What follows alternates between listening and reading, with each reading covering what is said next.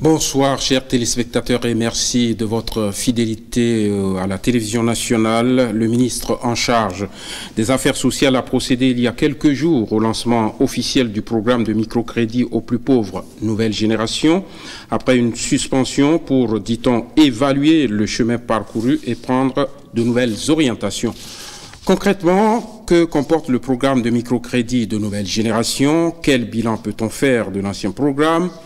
Quelles insuffisances ont été relevées? Quelles innovations sont apportées? Comment est géré le Fonds national de la microfinance?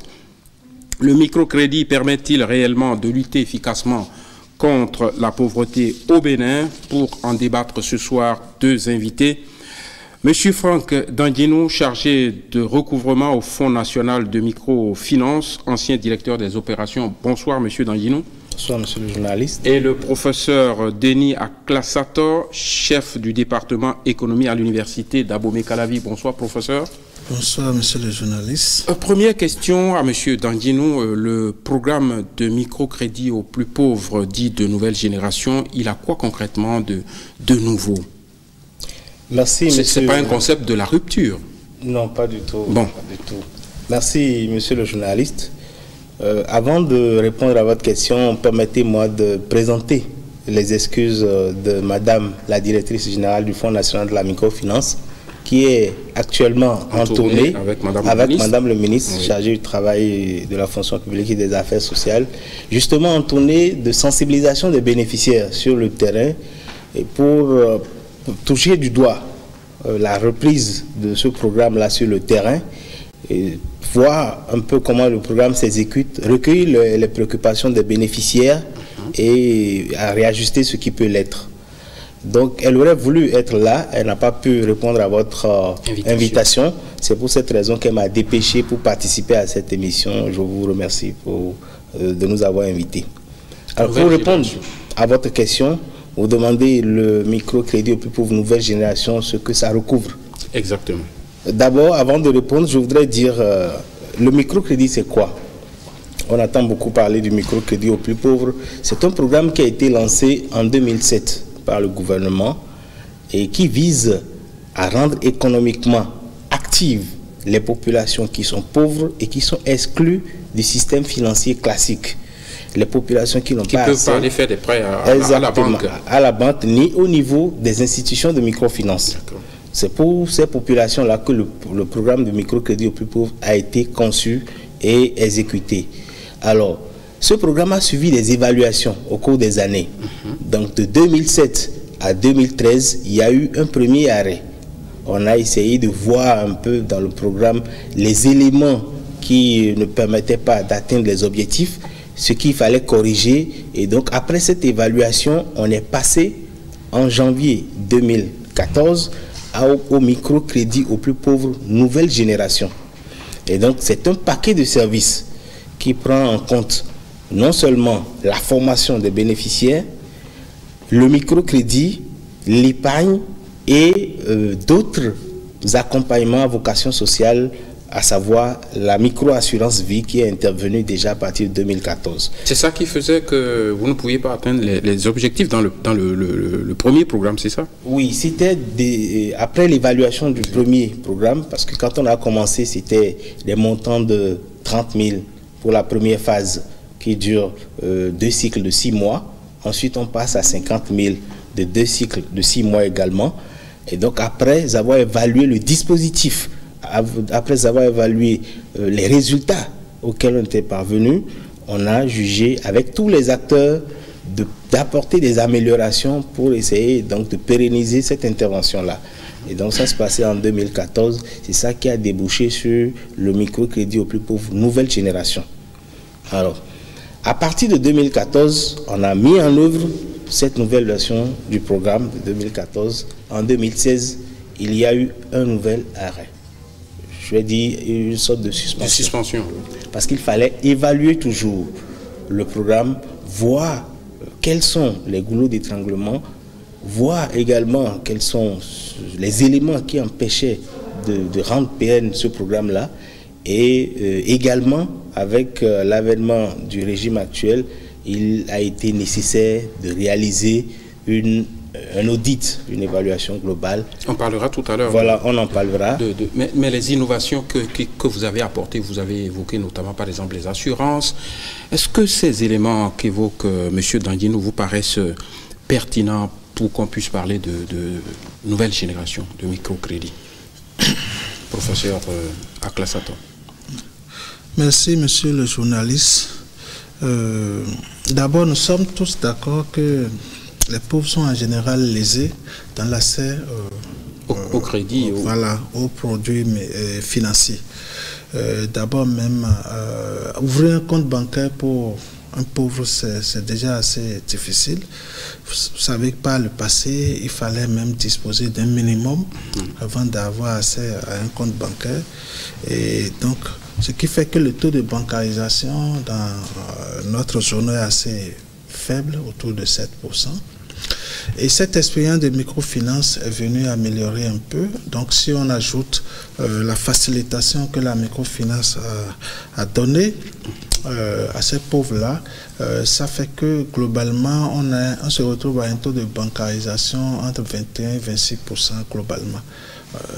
Donc, c'est de dire que... Mais sans vous arrêter, est-ce que quand vous regardez les conditions d'accès au financement, au prêt offerts par les banques, est-ce que c'est les mêmes conditions qu'au niveau des microcrédits? Non, pas du tout. Pas du tout. Il y a une différence énorme. C'est d'ailleurs pourquoi l'expérience des microfinances, d'abord, globalement, c'est pas la même chose que le microcrédit, fait une exception parce que là où la microfinance peut aller, la banque ne peut pas y aller. Pour paraphraser un Français, il dit souvent, un chercheur français, il dit que la banque est un grossiste et les institutions de microfinance sont des détaillants. Donc, le microcrédit est une facilité d'accès de financement offert, comme il a dit, aux personnes démunies qui n'ont pas accès au système financier classique. Et quand on entend facilité, ça veut dire que on lève un certain nombre de barrières qui permettaient, qui empêchaient le pauvre d'accéder à un compte bancaire classique. Donc, à savoir disposer d'une épargne préalable, disposer de pièces d'identité adéquates, avoir une traçabilité des opérations que la personne mène, et tout ça doit conforter la banque que voilà, on est en face d'un client correct avec lequel on peut mener des opérations de finance. Donc, l'apport dans le programme Nouvelle Génération, c'est qu'il y a déjà un certain nombre d'éléments qui sont pris en compte dans l'ancien programme, à savoir la formation de bénéficiaires. C'est les nouveaux éléments que vous citez. Non, ça existait déjà dans l'ancien programme.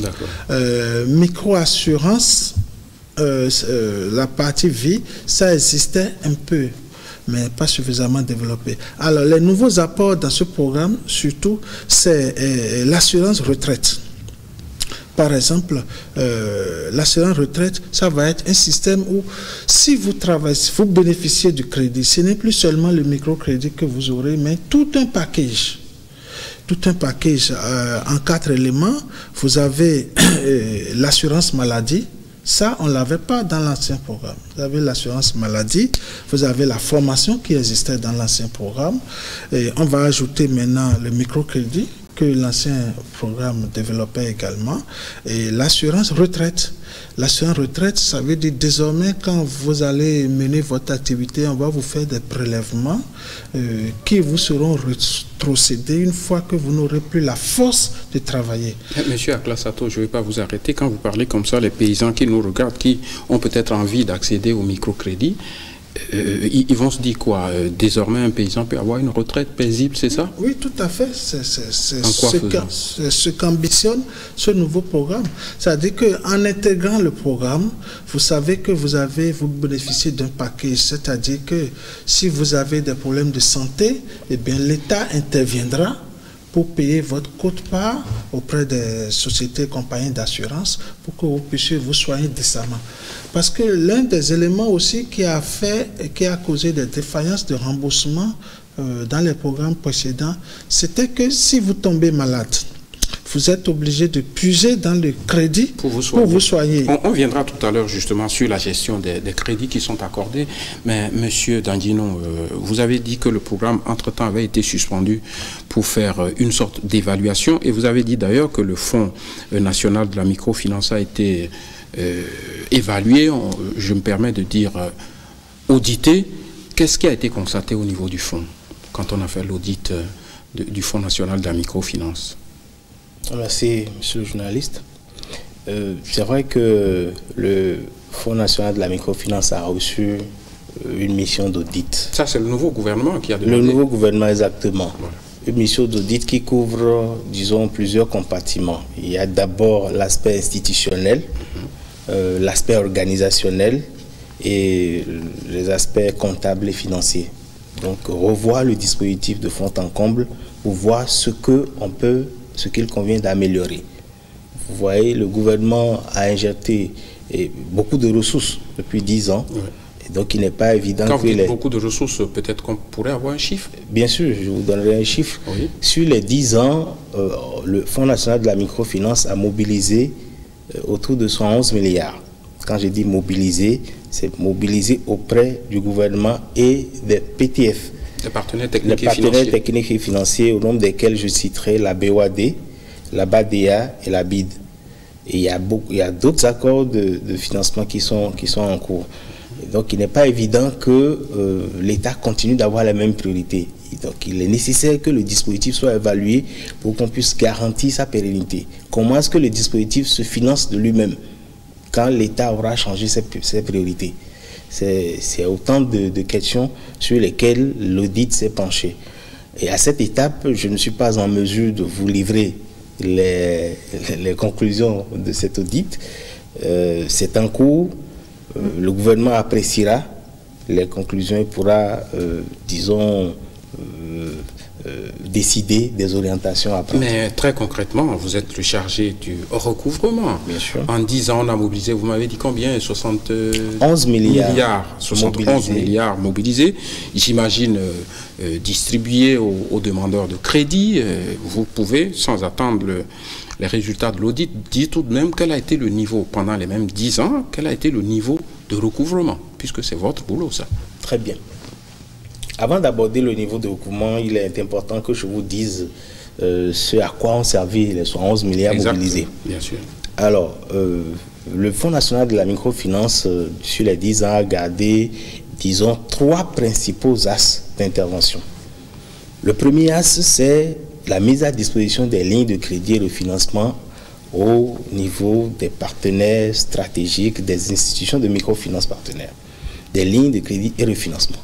Ensuite, il y a eu le volet renforcement des capacités. Et puis après, il y a le volet sécurisation des opérations à travers des dispositifs de facilitation d'accès au financement des acteurs.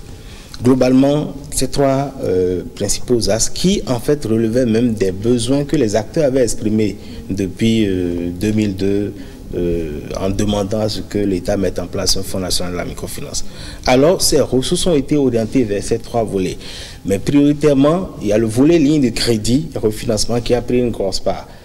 Des 71 milliards qui ont été, on a pu injecter dans l'économie environ 138 milliards sur les 10 ans, à travers une dizaine d'interventions, donc de programmes. Le programme de microcrédit à lui seul a consommé, en termes de volume d'activité revolving, je veux dire, près de 85 milliards. Le programme de microcrédit sur les 10 ans. Ensuite, il y a eu d'autres programmes. Le programme de renforcement des capacités financières. Vous avez des institutions de la place qui ont besoin de ressources pour pouvoir accompagner leurs clients. Ils viennent déposer des dossiers et ces dossiers sont étudiés et on leur accorde des refinancements sous forme de prêts. Et sur ce volet et les autres interventions, c'est autour de 44 milliards. Donc vous prenez, en tout, ça fait autour de 138 milliards de volume de décaissement effectué dans l'économie à travers une quarantaine d'institutions de microfinance. Voilà, donc pour ce qui concerne le volume d'activité. Alors, pour revenir à votre question sur le taux de recouvrement, je vais dire qu'il faut séquencer. Quand vous prenez les lignes de crédit, il faut d'abord comprendre que c'est des programmes qui sont à vocation sociale. Donc, l'État cible une couche donnée, les plus pauvres, qui n'ont pas accès aux institutions de microfinance ni au niveau des banques. Donc, les personnes vulnérables. Le risque à ce niveau-là est forcément plus élevé. Donc, l'État dit, je contracte avec les institutions de microfinance pour pouvoir toucher ces cibles-là. Alors, à travers ces programmes-là, le risque étant plus élevé, le niveau de recouvrement ne peut pas être comparé à un programme de refinancement où l'institution doit apporter une garantie avant de bénéficier du crédit. C'est à ce niveau que je vais avoir une idée du Très bien. Quand vous prenez les lignes de crédit, microcrédit aux plus pauvres, vous avez un taux de retour au 31 décembre 2016 qui tourne autour de 79-80%. C'est-à-dire que sur 100 francs décaissés, on a un retour de 80 francs globalement. Aussi bien sur les ressources qui sont parties du budget national que sur les ressources qui sont parties des PTF. Donc on fait la synthèse. Alors sur les refinancements, parce que là il y a des sûretés réelles. Quand je parle de sûreté réelle, je parle de garantie que les institutions déposent avant d'avoir les crédits. Là, le taux de recouvrement est plus élevé. On parle techniquement en termes de taux de remboursement. Nous avons des taux de remboursement qui oscillent entre 80 et 95%. 80%, c'est pour le financement agricole. Vous savez que dans ce domaine également, le risque est élevé et l'État est obligé d'accompagner les institutions. Très bien. Pour faire court, on va dire donc qu'à l'heure où nous sommes en train de parler de microfinance ou de microcrédit, le Fonds national de la microfinance se porte assez bien. On peut dire ça? Bon, ce serait... prétentieux, non? Bon, on ne dira pas le Fonds national de la microfinance, il y a eu des avancées. Il y a eu des aspects qui ont été réussis, mais il y a eu également beaucoup de casses. Et si vous permettez, on reviendra sur la question de... Monsieur Aklassato, on ne va pas faire un cours d'économie, mais j'ai lu dans la littérature, et vous l'avez souligné tout à l'heure, il y a, c'est vrai, une différence entre microfinance, microcrédit, vous allez nous dire tout à l'heure, mais je constate que l'expérience de la microfinance a commencé depuis les années 70-80. On évoque l'expérience de la CLCAM et aujourd'hui la BCEAO, je crois, a classé les institutions de microfinance en 3 catégories. Il y a ce qu'on appelle les institutions mutualistes ou les coopératives d'épargne et de crédit. Il y a les institutions de crédit direct. Il y a également les ONG. Il y a beaucoup d'ONG aussi qui font le volet microcrédit. Alors la question c'est de savoir comment on distingue tout ça. Est-ce que c'est les mêmes choses au niveau des critères de choix des populations cibles? Est-ce que les taux de remboursement, les taux de crédit, est-ce que c'est la même chose? Ça fonctionne harmonieusement, monsieur Aklassato? Merci, monsieur le journaliste. D'abord, quand vous avez parlé de microfinance, il faut distinguer en général 4 activités qui sont menées par... Il faut distinguer en général 4 activités qui sont menées par les institutions de microfinance. Donc vous avez la petite épargne, vous avez le microcrédit, vous avez les opérations de transfert de fonds et vous avez, si vous voulez, la micro-assurance. Ouais. Donc sur ces 4 opérations, les institutions de microfinance sont présentes. Et ce qui nous intéresse ici principalement, c'est l'activité de microcrédit.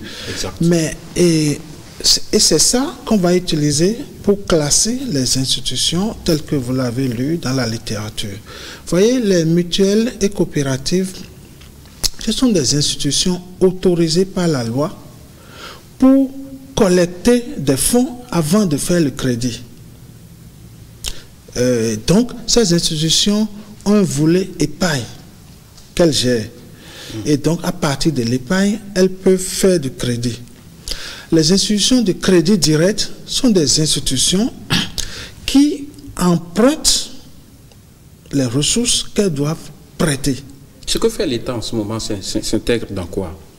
on va y venir.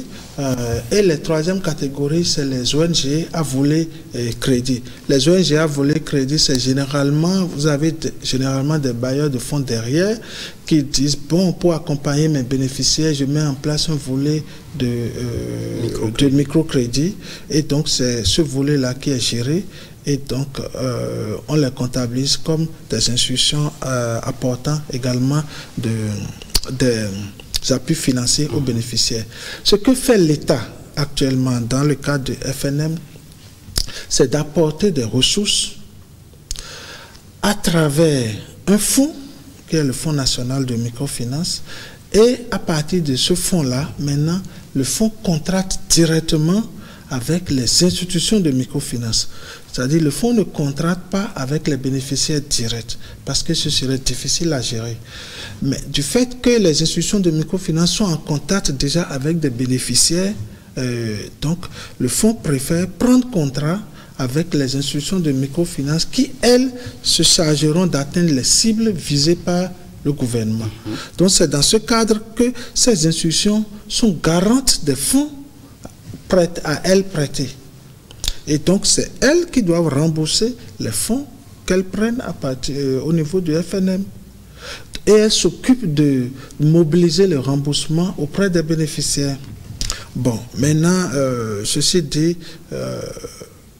l'environnement, le contexte de mise en place du programme microcrédit aux plus pauvres aussi a donné une certaine faveur qui a fait que sur le terrain, il y a eu des difficultés notables pour certaines institutions. Oui, on va les évoquer tout à l'heure.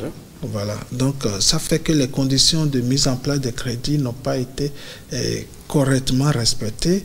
Et ça a posé aussi d'autres problèmes d'institutions qui, du coup, traitaient avec des montants raisonnables, mais ont vu leur portefeuille grimper rapidement, multiplié par 2, par 3, parfois par 10. Et donc, cela a posé automatiquement des problèmes de suivi des bénéficiaires sur le terrain. Ces institutions n'ont pas les moyens de suivre correctement les bénéficiaires et de faire rentrer les fonds prêtés. Donc, ça a expliqué beaucoup de dérapages au niveau de remboursement. Est-ce que ce n'est pas lié aussi, peut-être, je n'ose pas dire à l'esprit béninois, enfin, il y a eu de fraude aussi, hein? Comment est-ce qu'on gère ce genre de situation? Vous avez des gens qui se donnent de faux noms, on vous dit après, voilà, ils sont décédés, ou vous avez même des cadres qui vont utiliser de faux noms de leurs parents pour avoir des crédits. C'est difficile à gérer. Oui, je crois que dans ce cadre, le Fonds national de microfinance a initié un programme biométrique qui n'a pas porté, malheureusement, mais l'idée était très bonne. Expliquez un peu l'innovation biométrique, c'est-à-dire quoi? C'est-à-dire quoi? Les bénéficiaires biométriques? Non, les bénéficiaires maintenant pourront être identifiés, ne serait-ce que par leur empreinte digitale. Donc, ce qui fait que le même bénéficiaire, s'il s'appelle Akwavi Sika, et si elle revient avec Sika Akwavi, qu'on puisse savoir que c'est la même personne qui était déjà bénéficiaire et qui porte un autre nom pour bénéficier encore une fois de plus de ce même crédit.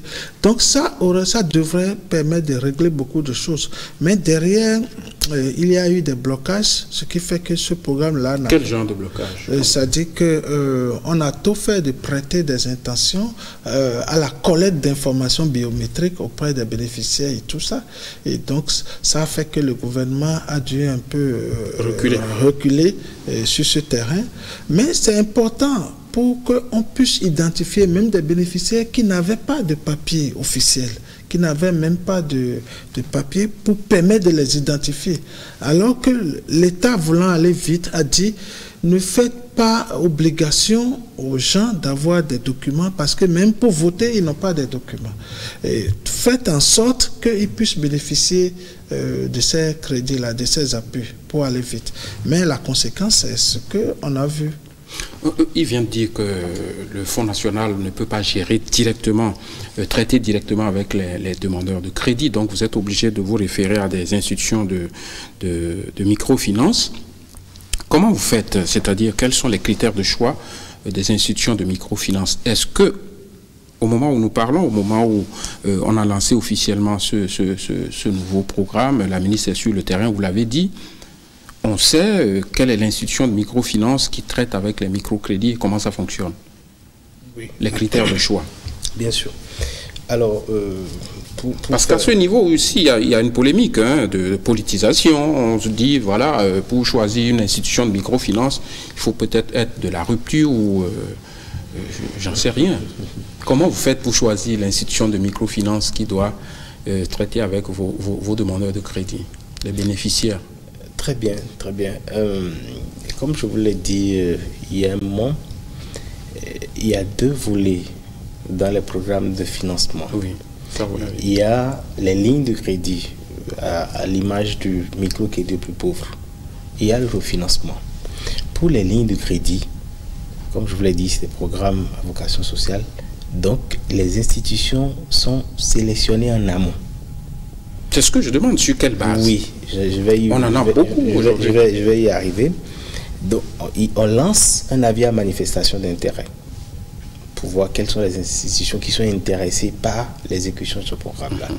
Et sur la base de critères bien définis dans le cahier de charges, on fait une sélection de ces institutions en tenant compte de d'abord de leur cible, en tenant compte de leur dispositif opérationnel, d'un ensemble de facteurs.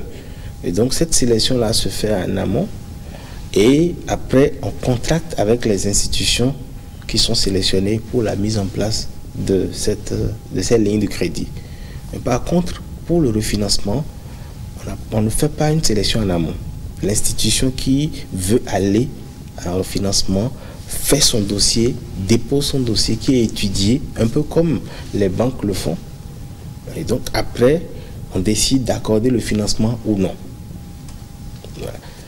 Donc, effectivement, sur le terrain, il y a eu au démarrage 5 institutions qui ont commencé le programme. Il y avait la BRS, la Banque régionale de solidarité, qui avait été sélectionnée. Ensuite, il y avait 4 autres institutions. Je ne sais pas si je les cite. Vous pouvez les citer. Voilà, il y a eu la CSEC, il y a eu le CEFAD, il y a eu Donga Women Microfinance, et puis il y a eu Serida. Donc, ce sont les 5 qui ont démarré le programme en 2007. Alors, chemin faisant, avec l'engouement que le programme a pris sur le terrain. Au fond, si je vous ai compris, c'est qu'il y a des institutions de microfinance par localité, selon les besoins. Quand on les recrute, on leur attribue des zones d'intervention pour éviter qu'il y ait chevauchement, qu'il y ait plusieurs institutions qui interviennent dans la même localité et pour pouvoir affiner le contrôle, la supervision sur elles. Donc, c'est ces 5 qui ont démarré en 2007. Ensuite, avec l'engouement que le programme a pris, on a renforcé leur effectif d'abord une fois en 2008-2009, en portant leur nombre jusqu'à 14, et puis ensuite à 15 en 2010. Mais avec le temps, en voyant le niveau de dégradation du portefeuille au niveau de certains, on a dû faire, comment dirais-je, on a dû geler la mise en place et procéder même à la rupture de contrat avec certaines institutions qui n'ont pas montré, disons, des performances satisfaisantes sur le terrain. Voilà globalement comment ça se fait. Avec la nouvelle relance du programme qui est intervenue, qui est en cours actuellement, on est passé de 11 institutions à 7. Parce que là, on a fait un point au niveau même du cabinet du ministre. Il y a plusieurs séances, on a tenu compte des indicateurs de remboursement pour essayer de mettre de côté les moins performantes. On ne les a pas sortis du programme, mais on leur a dit que les mises en place de nouvelles lignes à leur disposition sont gelées, le temps qu'elles puissent améliorer leur portefeuille et afin de pouvoir recommencer le programme. Et les insuffisances de performance portent généralement sur quoi? Oui. Au niveau des 4 qui ne sont pas très performantes, comme vous le dites. Les 4 dont vous avez dit sur 11, vous avez retenu 7. Moi, j'ai fait la différence. Exactement. Voilà. C'est sur le niveau de remboursement globalement. Le niveau de remboursement des nouvelles lignes mises à leur disposition. Et au-delà de ça, vous avez également le respect des dispositions parce qu'on met le programme en place, il y a des normes de gestion qu'il faut suivre. Donc, quand ces normes de gestion ne sont pas respectées, on n'a pas d'autre choix que donc, de suspendre la mise en place de nouvelles lignes à leur profit. Donc actuellement, on les exhorte à pouvoir améliorer leur performance pour rejoindre le groupe de ces institutions. Vous disiez tantôt qu'on est passé, je crois, de 30 000 à 50 000. Aujourd'hui, on est à quel taux de prêt aujourd'hui aux plus pauvres? Aujourd'hui, pour le programme de microcrédit aux plus pauvres, oui, je vous ai parlé de 2 phases. Oui. Une première phase qui comporte 2 cycles de 6 mois, oui, où le montant est de 50 000 à la première phase. Quand le bénéficiaire rembourse bien, au bout des 6 mois, on le renouvelle encore 50 000. Et puis, le bénéficiaire passe à la deuxième phase. Donc, à la deuxième phase, c'est 100 000. Donc, au fond, il n'y a pas un taux plafond, c'est lié aux capacités de remboursement. Bien sûr. C'est-à-dire, on n'a pas fixé, voilà, c'est 100 000 francs, vous pouvez faire un prêt. Non, c'est pas parce qu'on a dit 100 000 francs que n'importe qui vient vous leur donner 100 000. Et les 100 000 francs, je vous ai dit, d'abord, la première phase, vous prenez 50 000. Et vous donnez la preuve que vous êtes en mesure de gérer correctement. Ensuite, on renouvelle les 50 000. Et puis après, quand vous êtes capable d'aller vers un crédit de 100 000, on met 100 000 francs à votre disposition que vous gérez également en 6 ou 12 mois. Très bien. Monsieur, il évoque déjà les problèmes. Quand je regarde les difficultés que connaissent ce genre de programme, on l'a évoqué tout à l'heure, il y a les retards de remboursement, on a parlé des impayés, ça c'est du côté du programme. Mais du côté des bénéficiaires, on évoque d'autres problèmes qu'on a évoqués aussi tout à l'heure, les problèmes liés à la santé, à l'incapacité réelle de remboursement, parce que les gens sont effectivement pauvres. Mais vous avez des gens aussi qui refusent de payer parce qu'ils se disent c'est l'argent public, pourquoi je vais me casser la tête? Alors, comment est-ce qu'on affronte ce genre de difficultés? Merci, monsieur le journaliste. Vous posez une question intéressante qui a déjà fait l'objet d'une réflexion depuis les années 2000. Il y avait le Bureau international du travail qui a mis en place un programme pour travailler sur quelques problématiques dans le secteur. Et ce qui avait été remarqué, c'était sur une ligne BAD dans le mono que la FESECAM avait gérée.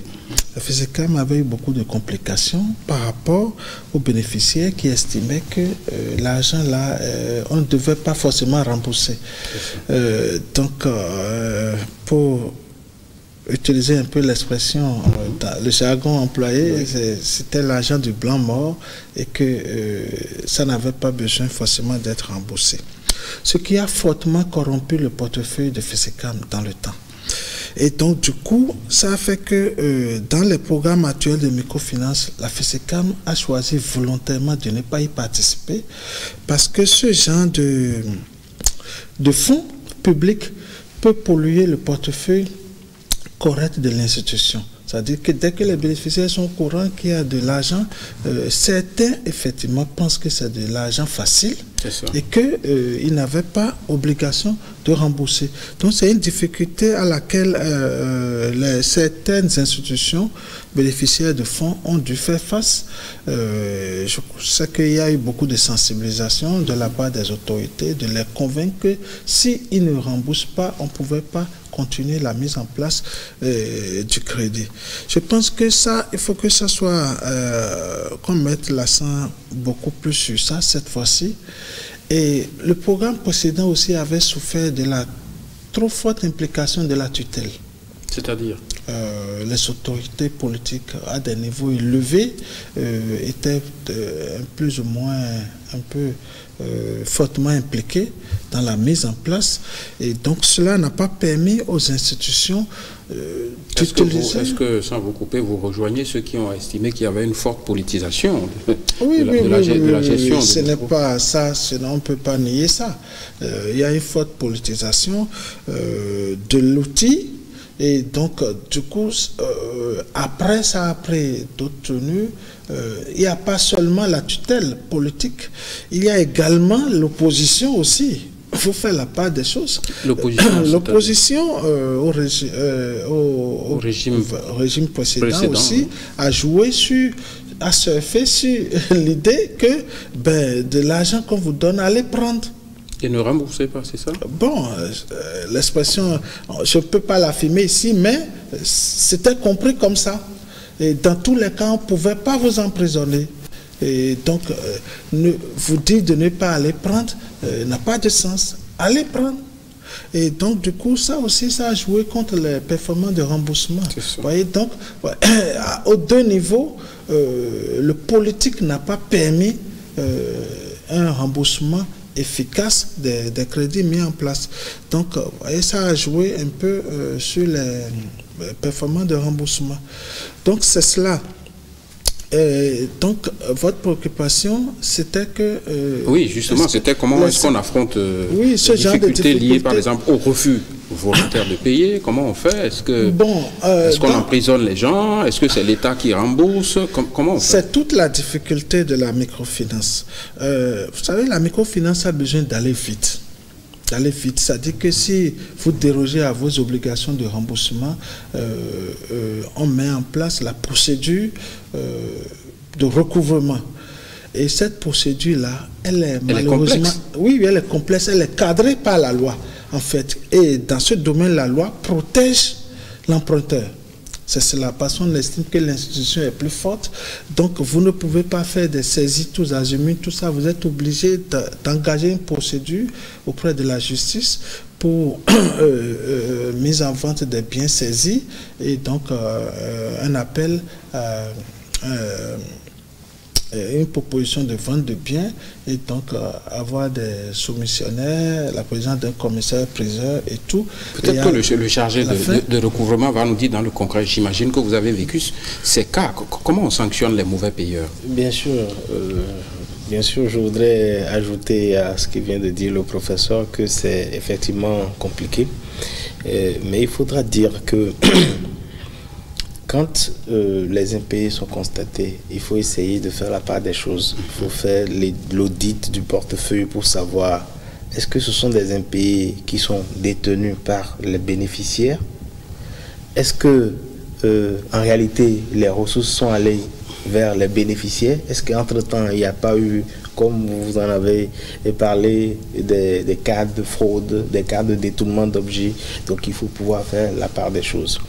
Alors, quand on prend les fonds détenus par les bénéficiaires, effectivement, vous avez des cas où les bénéficiaires sont dans des situations de vulnérabilité. Vous voyez, on a parlé de programme de microcrédit plus pauvres. Et là, c'est l'État qui rembourse? Non, malheureusement... Si moi je suis déclaré incapable de payer, qui rembourse? Malheureusement... Et on constate le vide et puis... Non, malheureusement, jusque-là, il n'y a pas de solution magique. Parce que c'est un choix. On va vers une cible qui est démunie. Ouais, la bonne dame à qui vous mettez en place un crédit de 30 000 francs, qui le lendemain voit son enfant malade, vous n'allez pas lui dire de ne pas s'occuper de son enfant. Donc il y a de ces cas qui arrivent et vous voyez que les bénéficiaires se retrouvent en incapacité de rembourser. Vous avez des cas d'intempéries. On vit actuellement des cas d'inondation. En 2010, il y en avait eu sérieusement qui ont affecté les activités des bénéficiaires. Donc il y a ces facteurs-là qui peuvent du moins expliquer en partie l'incapacité des bénéficiaires à rembourser. Mais vous avez, et ça c'est connu, je crois, les experts qui sont spécialistes de la question du financement peuvent vous dire qu'il y a le risque milieu également. Il y a des zones, le risque milieu, c'est qu'il y a des zones des localités sur lesquelles les études ont montré que le taux de remboursement est faible. C'est-à-dire que le comportement normal n'est pas d'aller vers le remboursement. Bon, je ne risquerai pas de citer ces cas. Voilà. Mais il y a par contre des localités où vous avez vraiment un comportement citoyen de la part des bénéficiaires. Il y a eu des cas où vous allez dans ces localités, les bénéficiaires ne doivent rien. Vous pouvez peut-être citer ces bons exemples, ça, on ne vous fera pas de procès. Bon, ça, je crois qu'il y en a. Quand vous allez dans certaines localités, vous voyez le portefeuille est sain, vous voyez le taux de risque n'est pas important. Il a évoqué un problème important. Il a dit que sous l'Ancien Régime, on ne peut pas nier qu'il y a eu une forte politisation. Aujourd'hui, qu'est-ce qui nous garantit qu'il n'y aura pas la pression politique pour gérer le fonds? Non, vous voyez, quelles mesures ont été prises pour éviter la politisation? On a fait une expérience sur 10 ans. Oui. On a fait une expérience sur 10 ans et on en tire les leçons. Et actuellement, je crois que tous les acteurs sont unanimes et même les institutions de microfinance sont suffisamment sensibilisées pour ne pas se laisser aller à ces pratiques-là. Parce que nous insistons constamment à leur niveau que c'est des ressources qu'elles obtiennent et dont elles ont la responsabilité. Par conséquent, elles doivent faire en sorte que de limiter l'implication des hommes politiques dans la mise en place des crédits. Parce qu'un crédit, c'est après tout un dossier qu'il faut étudier, voir si la personne est en mesure de pouvoir utiliser et rembourser. Donc, il n'est plus question de suivre des mouvements, de dire que bon voilà, on va sur le terrain parce qu'un homme politique aurait identifié sa zone pour y aller, intervenir là, donc les institutions aussi se lèvent pour aller. Donc, on est en train de revoir les dispositions de nos contrats pour mettre l'accent sur un certain nombre de choses pour éviter les dérives du passé. Parce que les dérives, il y en a eu. Monsieur, enfin, la question s'adresse à vous deux. Je sais qu'il y a un honorable député qui a adressé une question au gouvernement. On ne va pas examiner toutes les questions qui ont été posées, mais j'en ai sélectionné un certain nombre. Vous en avez évoqué. Il dit par exemple les mesures prises pour recouvrer l'intégralité des impayés. Est-ce qu'il y a des mesures qui ont été prises pour recouvrer l'intégralité des impayés?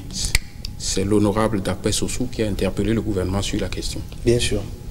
Le gouvernement actuel, en janvier, en janvier 2017, il y a un conseil des ministres qui s'est penché sur le portefeuille et après avoir fait une analyse de la situation, a pris la décision donc, de procéder au recouvrement forcé des créances en souffrance. Donc à cet effet, il y a tout le mécanisme opérationnel qui est en train d'être mis en œuvre pour pouvoir opérationnaliser cette décision du gouvernement. Parce qu'il est question de savoir les ressources qui sont détenues par les bénéficiaires, les ressources qui sont détenues, qui n'ont pas atterri au niveau des bénéficiaires pour essayer de faire la part des choses. Parce que c'est ce qu'on appelle la traçabilité du franc public. Les ressources qui ne sont pas allées vers les bénéficiaires, on doit pouvoir savoir qui sont ceux qui... Ma question, c'est qu'est-ce qui a été fait déjà pour savoir? Bien sûr, il y a d'abord un dispositif de recouvrement qui est en place, qui se poursuit, qui se renforce. Maintenant, dans le cadre de l'opérationnalisation de cette mesure, il sera fait recours à des cabinets spécialisés en matière de recouvrement qui vont appuyer les institutions sur le terrain pour le recouvrement des crédits qui sont détenus par les bénéficiaires, et les crédits qui ne sont pas allés vers les bénéficiaires fera la part des choses, et je crois que les concernés pourront répondre de ça. Au-delà de ça, pour améliorer, parce qu'il vaut mieux éviter le crédit et éviter l'impayé, d'accord, que de devoir courir après l'impayé. Alors, donc pour ça, c'est de faire en sorte que les crédits qui sont mis en place à partir de maintenant, qu'on puisse assurer que ces crédits sont mis en place dans des conditions de professionnalisme requises. Avant que je m'adresse à M. Aklassator, on l'a évoqué au début de l'émission, la nécessité de la formation de vos bénéficiaires, puisqu'on a vu que les gens confondent la destination des crédits. Moi, j'ai fait un crédit pour peut-être mon entreprise agricole. Il se trouve que je vais prendre ce crédit pour me marier. Est-ce que vous faites, il y a un suivi au niveau de la formation pour que les bénéficiaires sachent comment ils gèrent leurs ressources? Absolument. Et comme je vous l'ai dit, par rapport au programme microcrédit aux plus pauvres, c'est un paquet de services. Oui, la formation. Moi, je veux savoir comment la formation se fait. Bon, la formation jusque-là, elle est menée par les institutions de microfinance. D'accord. Bien entendu, dans le cadre des programmes que nous avons, je prends l'exemple de la BID, il y a un volet qu'on a appelé capacitation des pauvres et apprentissage. Et donc, c'est un ensemble d'interventions qui vise à renforcer les capacités des bénéficiaires pour une meilleure gestion des ressources mises à leur disposition pour qu'on puisse garantir un bon remboursement. Donc, la question de la formation des clients, la question de l'éducation financière en général est une question qui est majeure et sur laquelle nous travaillons. Monsieur Aklassator, l'autre question de l'honorable Sossou, c'est de savoir, aujourd'hui, le taux, on va finir sur cette question, mais je vous la pose quand même. Il dit le taux de réduction de la pauvreté atteint grâce à la mise en place de ces financements-là, du microcrédit. Est-ce qu'on peut l'évaluer aujourd'hui sur l'ensemble du territoire depuis que nous avons fait cette expérience? Est-ce qu'on peut avoir une idée du niveau de croissance et de réduction de la pauvreté? Savoir que cette question, elle est complexe. Je crois que le FNM a commandé une étude dans ce sens pour évaluer l'impact du microcrédit ou l'impact globalement des activités du FNM, d'accord, en termes de réduction de la pauvreté. Il faut d'abord comprendre comment ça se passe. Les programmes de réduction de pauvreté sont des programmes qui ciblent en général les couches dont on veut améliorer le niveau de revenu, le niveau de vie, la capacité, un certain nombre de choses. Parce que si vous ciblez le pauvre, il vaut mieux l'aider à profiter au maximum de ses propres capacités qui va lui générer des ressources que de lui donner seulement du crédit. Et à ce titre, on peut distinguer des catégories de pauvres. Par exemple, vous avez des pauvres qui sont capables de vendre leur force de travail. Ils ne peuvent pas faire autre chose que ça. Vous avez des pauvres qui sont capables d'entreprendre. Ceux-là, on peut leur donner le microcrédit. Prenez un exemple. Si aujourd'hui, vous mettez la moitié des fonctionnaires dans la rue et vous leur dites, voilà, on vous met dans la rue, mais on vous donne, on vous paye des indemnités importantes pour vous réinsérer. Vous croyez que combien vont réussir leurs affaires? Ce n'est pas évident. Beaucoup d'entre eux ne peuvent vendre que leur force de travail. C'est pour ça que les statistiques même sur la création des nouvelles entreprises montrent que vous avez près de 90% qui ne fêtent pas leur premier anniversaire. Donc, entreprendre est difficile. C'est pour ça qu'il faut des accompagnements. Et c'est ça, on parle d'incubateur. Une sorte de structure dans laquelle le pauvre qui entreprend est suivi, accompagné dans cette difficulté de telle sorte qu'à la fin, il réussit l'objectif. C'est comme ça qu'il faut voir les programmes de microcrédit avec un accompagnement de tout le volet. La formation, on en a parlé, elle est importante, surtout l'éducation financière, au point que la BCEAO aujourd'hui s'intéresse à la question. Monsieur Dandinou, une question qui me vient à l'esprit. Hein. Quand on regarde le sexe, hommes et femmes, parce que dans le discours de Madame le ministre, je vois que l'accent est souvent mis sur l'autonomisation des femmes. Est-ce que le microcrédit, est-ce que c'est les femmes qui s'y intéressent le plus quand on regarde les... Oui, quand vous prenez les chiffres...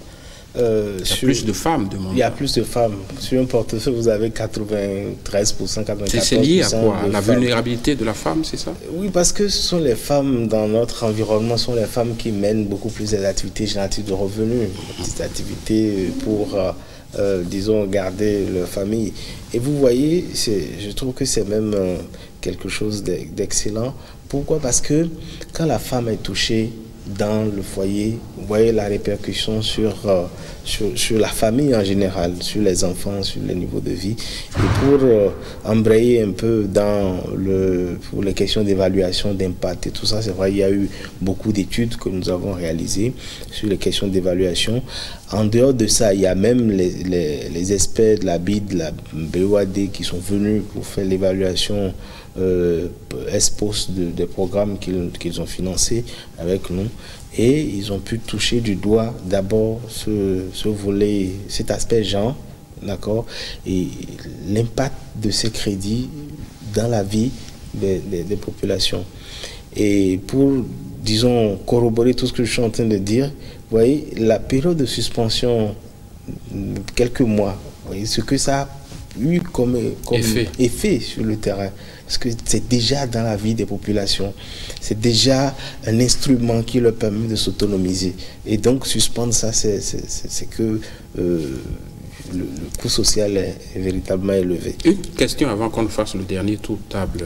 Je constate qu'il y a aujourd'hui un réseau, parce que c'était l'une des propositions qui était faite par l'ancien régime. Il fallait un réseautage, disait-on. Le réseau, il existe, mais il fait quoi concrètement? Bon, le réseau était mis en place depuis 2009 déjà. Et bon, l'objectif visé, c'est de de permettre, disons, comment dirais-je, une organisation où les femmes pourront en fait d'abord faire circuler l'information rapidement, entre elles. Également, s'aider à aller vers le crédit. Par des formations, vous-même, vous mettez l'accent sur les femmes, alors que le microcrédit, c'est pas seulement pour les femmes. C'est pas seulement pour les femmes, mais bon, dans la réalité, il y a plus de femmes. Donc, effectivement, ce réseau a été mis en place et les objectifs, c'est de faciliter la mise en place des crédits, aider les institutions à identifier les bénéficiaires sur le terrain, à savoir qui habite où. Donc, c'est un instrument. Mais, chemin faisant, il a été constaté qu'il y a beaucoup de dérives de la part des femmes de ce réseau-là, la récupération également politique. Oui, par exemple, politique. Politique qui a joué sur ce réseau et qui a fait qu'on n'a pas eu, disons, les résultats escomptés. Mais le réseau continue d'exister, c'est ça? Le réseau... Sur papier, sur papier, le réseau, oui, parce que les femmes, il y en a dans certaines localités, les femmes sont actives dans le réseau et continuent d'aider les institutions dans l'identification des bénéficiaires, dans le recouvrement sur le terrain.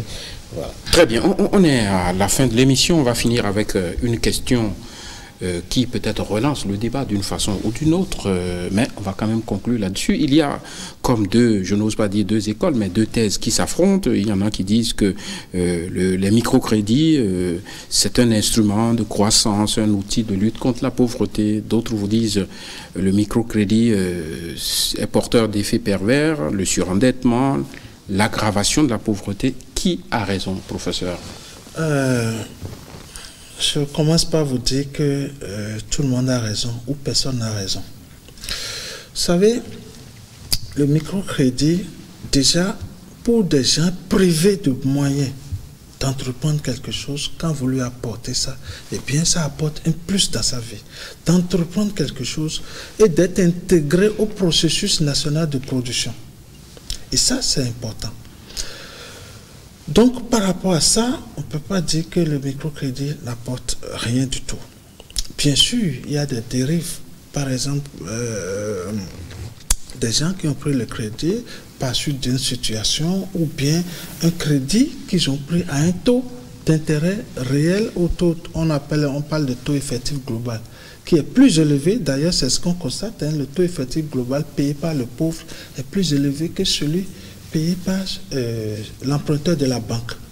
Mais cela se justifie, c'est normal, parce que dans ce secteur, l'État a laissé la formation sur le dos des institutions de microfinance. C'est le rôle de l'État d'éduquer la population, de lui permettre d'accéder facilement aux outils financiers. Mais si cela n'est pas fait, et c'est les institutions qui supportent le coût, elles sont obligées de répercuter ça sur le crédit. Donc, dans ce cas, on peut avoir affaire à un porteur de projet dont le taux de rentabilité est plus faible que le taux auquel on lui a prêté l'argent, il va s'endetter. Cela va s'endetter. Et dans ce cas, on aura des effets pervers. Mais ça peut être marginal. Il ne faut pas retourner complètement les effets pervers pour que ça porte sur les bienfaits du microcrédit.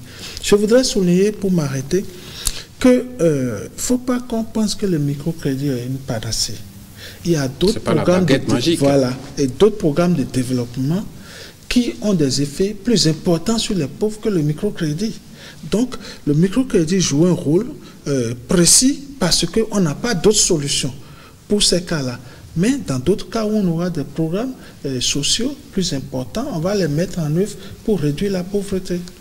Monsieur Dandino, votre mot de conclusion avec la même question. Alors, qui a raison? Sur la même question, est-ce que le microcrédit aggrave la pauvreté? Est-ce que c'est une réponse à la lutte contre la pauvreté? Non, moi je m'aligne sur le point de vue du professeur sur la question. Et je voudrais ajouter même à cela que, vous savez, quand on fait ce genre de débat, et que c'est ces débats quand on fait dans les bureaux, c'est pas la réalité. La réalité est sur le terrain. Il faut aller sur le terrain. Mais c'est sur le terrain qu'il y a aussi le surendettement. Bien sûr. Voilà. Mais sur le terrain, il y a que la pauvreté se réduit, mais sur le même terrain, vous avez le surendettement. Il n'y a pas. Bien sûr, il n'y a pas d'intervention qui soit pas sans effet négatif. D'accord. Tout est question de dosage. D'accord. Quand vous mettez en place un programme comme ça et que vous focalisez sur les effets négatifs, vous ne pouvez rien faire. Le fait est que depuis 2005, l'accès généralisée de toutes les couches de la population au financement, c'est connu comme étant un levier de développement. Ça, le débat n'est plus à ce niveau-là. Il y a eu beaucoup d'écrits sur la question depuis 2005, année de la légitimation de la microfinance comme étant un outil de lutte contre la pauvreté. Le débat n'est plus à ce niveau-là. Alors, quels sont les dispositifs qu'il faut mettre en place sur le terrain pour que les populations puissent tirer le bénéfice de ces programmes-là? Je crois que la réflexion doit être à ce niveau-là. Merci beaucoup. Et vous me permettez, je ne sais pas si... Oui, finissez. Voilà, pour finir, très rapidement. Voilà, je voudrais, au nom de la directrice générale, disons, rassurer les bénéficiaires que les programmes ont véritablement bien commencé. Le programme de microcrédit aux plus pauvres sur le terrain. Et donc, le Fonds national de la microfinance jouera sa partition pour que les ressources puissent leur parvenir et en même temps attendre de ces bénéficiaires-là des comportements vertueux en termes de bon remboursement. Très bien. Merci. C'est avec cet appel que nous allons mettre un terme à cette émission Microcrédit aux plus pauvres que recouvre la notion de programme Nouvelle Génération. C'était l'interrogation au centre de notre débat avec comme invité messieurs Franck Dandinou, chargé de recouvrement au Fonds national de microfinance, et le professeur Denis Aklassato, chef du département économie à l'université d'Abomey-Calavi. Merci d'avoir suivi cette émission. Merci à la réalisation. Merci à vous qui avez suivi l'émission de bout en bout. À dimanche prochain.